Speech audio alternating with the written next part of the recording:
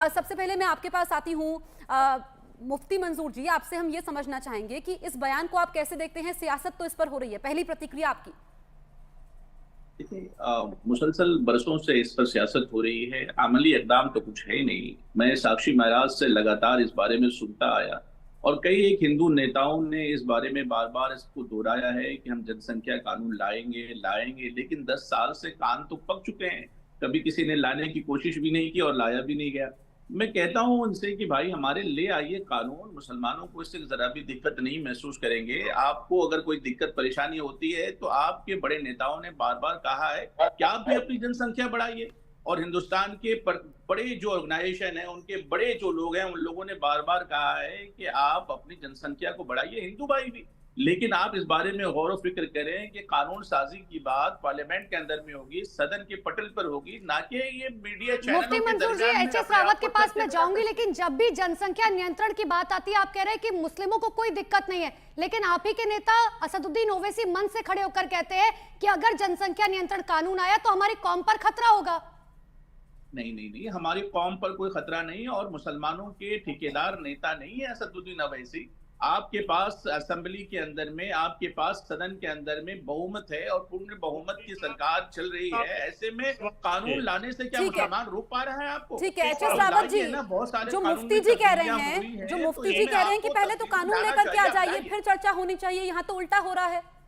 मैं बताना चाहता हूं मुफ्ती साहब को, इनके साथ तो हमारी हजारों डिबेट हो चुकी हैं। जब जब भी जनसंख्या नियंत्रण कानून लाने की बात आती है तो इनके कट्टरपंथी लोग तो तलवारें बांधनी शुरू कर देते हैं।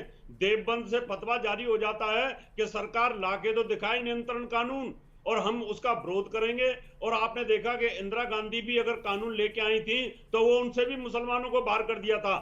तो कांग्रेस की पॉलिसी तो ये रही है कि वो मुस्लिमों को बढ़ाती रही है, हिंदुओं को खत्म करने की पॉलिसी रही है। और जीआई साहब, आप तो ना एक फकीर किस्म के इंसान हैं, यानी आप लोग तो उदारवादी हैं। आपने तो बोल दिया हमें कोई दिक्कत नहीं है, लेकिन एक बार बिल आने दो पार्लियामेंट के अंदर, देखिए कैसे ओवैसी जैसे लोग, कैसे हसन जैसे लोग, कैसे। ठीक है मुफ्ती मंजूर जी, इसका जवाब दीजिएगा। एचएस रावत जी, मैं लौटूंगी आपके पास, लेकिन देखिए राजस्थान में भारतीय जनता पार्टी के एक विधायक तो मंत्री झाबर सिंह खर्रा से 2 कदम आगे निकल गए। बीजेपी विधायक बाल मुकुंद आचार्य ने कहा कि अब 4 बेगम और 36 बच्चे नहीं चलेंगे। सबसे पहले आप सुनिए बीजेपी विधायक का आखिर बयान क्या कुछ था। एक देश एक कानून है, तो जनसंख्या दिवस पिछले दिनों गया है और एक भारी समस्या है कि किस प्रकार से जनसंख्या वृद्धि हो रही है और बैलेंस भी बिगड़ रहा है, अनुपात भी किस हिसाब से हो रहा है संख्या का। कुछ एक पर्टिकुलर एक समाज तो है जो 4 बेगम और 36 बच्चा इस देश में रखता है। ऐसे अनगिनत है हमारे पास में मामले, तो ये तो गलत है। सबके लिए समान कानून होना चाहिए। देश का विकास कैसे आगे बढ़ेगा? देश की समृद्धि में, विकास में सबका अधिकार है। मुफ्ती जी, जो बाल मुकुंद आचार्य कह रहे हैं कि 4 बच्चे 36 बेगम नहीं चलेगी, इस पर तो मुस्लिम धर्मगुरुओं की प्रतिक्रियाएं आ रही हैं। वो कह रहे हैं ये तो हमारे धर्म पर हमला हो गया। अभी चीफ मुफ्ती होने के नाते मैं आपसे 2 बातें जरूर कहूंगा आपके चैनल के माध्यम से कि रावत साहब के साथ बरसों से हम लोग डिबेट कर रहे हैं, बहुत सम्मानित व्यक्ति हैं। और आचार्य जी की मैं बात करूं, उन्होंने अपने आप को चर्चा में लाने के लिए ऐसी बातें कर रहे हैं। इससे पहले भी बहुत सारे नेताओं ने 4 बेगम 40 बच्चे की बात की थी और ये तो 4 नीचे आ गए और 36 पर बात लेकर के आ गए। तो इन्हें तो 4 के बजाय 44 करना चाहिए था। तो ऐसी बात वो करेंगे नहीं, इसलिए कि वो सिर्फ इसलिए बातें करते हैं ताकि उन्हें चर्चा में आना है और उनके कुछ बड़ा मंत्री पद लाना देखा जाता है। आपत्ति तो इसी बात को लेकर के है ना कि धर्म नहीं आना चाहिए बीच में। बिल्कुल कोई धर्म बीच में नहीं आ रहा है। इससे पहले भी संविधान में बहुत सारी बातें लाई गई हैं, नए कानून बने हैं मुल्क के अंदर में, किसी को कोई एतराज नहीं हुआ है। कानून बनाइए ना, सिर्फ बातें क्यों करते हैं? बातें करने के बजाय कानून बनाने पर अमल कीजिए और उस पर आप तमाम चीजें पेश करके दुनिया वालों को बताइए कि हम किस तरीके से इस कानून को बरामद करवाएंगे। बहस लॉजिकल होनी चाहिए। जब भी ये जनसंख्या नियंत्रण की बहस हुई है, ऐसा नहीं है कि न्यूज 18 पे हमने बहस नहीं की है। आपके लोग क्या बोलते हैं कि ये अल्लाह की देन है बच्चे पैदा करना और हम इस कानून को कभी नहीं मानेंगे, और जब उसको पैदा करेगा तो खाने को भी वही देगा। आपने ये बयान सुने ना अपने बड़े बड़े धर्मगुरुओं के, वो तो चिल्ला चिल्ला के बोलते हैं कि हम इसको माने नहीं, शरीयत का कानून है, हमारे धर्म के अंदर दखल देने की जरूरत नहीं है, बच्चे जितने पैदा करेंगे हम करेंगे। लेकिन कुछ आप रावत साहब एक पैदा कर रहे हैं। रावत साहब, समझाएंगे? अगर मान लो बिल आता है तो उस समय पर जो विरोध प्रदर्शन करने शुरू कर देते हैं आप लोग, उसको कैसे रोकेंगे आप लोग? रावत साहब, विरोध प्रदर्शन कैसे हो सकता है? कवानीन जो बनते हैं वो पार्लियामेंट के अंदर बनते हैं, और कानून के अंदर में इसमें कोई मुदाखलत मुसलमान नहीं कर सकता है, क्योंकि ना ही मुसलमानों के पास बहुमत है, ना ही मुसलमानों के पास संख्या है, ना ही चिल्लाने वाले लोग हैं, ना ही वहाँ सदन में पटल पर बोलने वाले लोग हैं। ऐसे में हम मुसलमानों को किसी किस्म की कोई एतराज़ नहीं, आप बनाइए, मुफ्ती जी आपके पास लौट रहे। एच.एस. रावत साहब, देखिए अगर बाल मुकुंद आचार्य की बात करें, लाखों लोग उन्हें फॉलो करते हैं, नेताओं की तरफ से जो बयान दिए जाते हैं वो अलग बात है, लेकिन बाल मुकुंद आचार्य जो है एक धर्मगुरु के तौर पर भी है, उनकी तरफ से ये कहना है कि 4 बेगम 36 बच्चे नहीं चलेंगे, क्या ये भाषा सही है?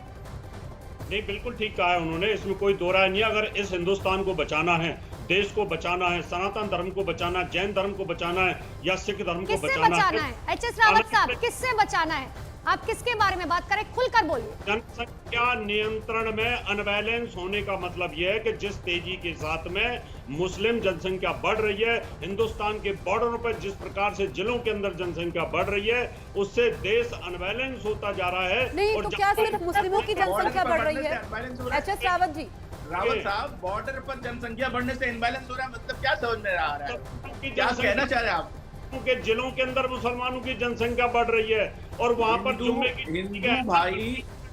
हिंदू भाई को हिंदुस्तान के सबसे बड़े, अब उसको रोकना बहुत जरूरी है। अगर वो नहीं रुकी तो ये देश के अंदर फिर दोबारा से नुकसान होने के योग बनते हैं। इसलिए मैं तो बाल मुकुंद आचार्य जी ने जो कहा है वो सटीक का है, और मुफ्ती साहब को इस पर हाँ करनी चाहिए। जनसंख्या नियंत्रण बिल आना ही चाहिए, इस देश को बचाना है, और बाकी धर्म जो अल्पसंख्यक हो चुके हैं की जरूरत है। अब मुसलमान अल्पसंख्यक नहीं, बिल के कई जिलों के अंदर, आवासीय क्षेत्रों के अंदर मुसलमानों की जनसंख्या बढ़ी है, वहां पर जुम्मे की छुट्टी के ऐलान कर दिए गए। ये क्या देश के अंदर कानून इस तरह से चलेगा? क्या संविधान को मानना ही पड़ेगा?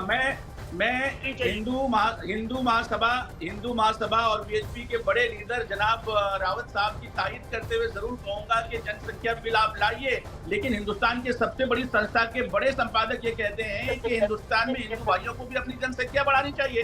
तो कुछ तो सबक हासिल कर लीजिए इन बड़े लोगों से, उनसे तो कुछ सीख लीजिए। जिन लोगों ने कहा है कि हिंदू भाइयों को अपनी जनसंख्या बढ़ानी चाहिए, उनसे सबक सीखिए। मैं तो आपके साथ खड़ा हूं, आप लाइए जनसंख्या बिल, आपकी हिमायत में करता हूं। जनसंख्या बिल लेकर के आइए और उसको हम पारित कीजिए लोगों के बीच में।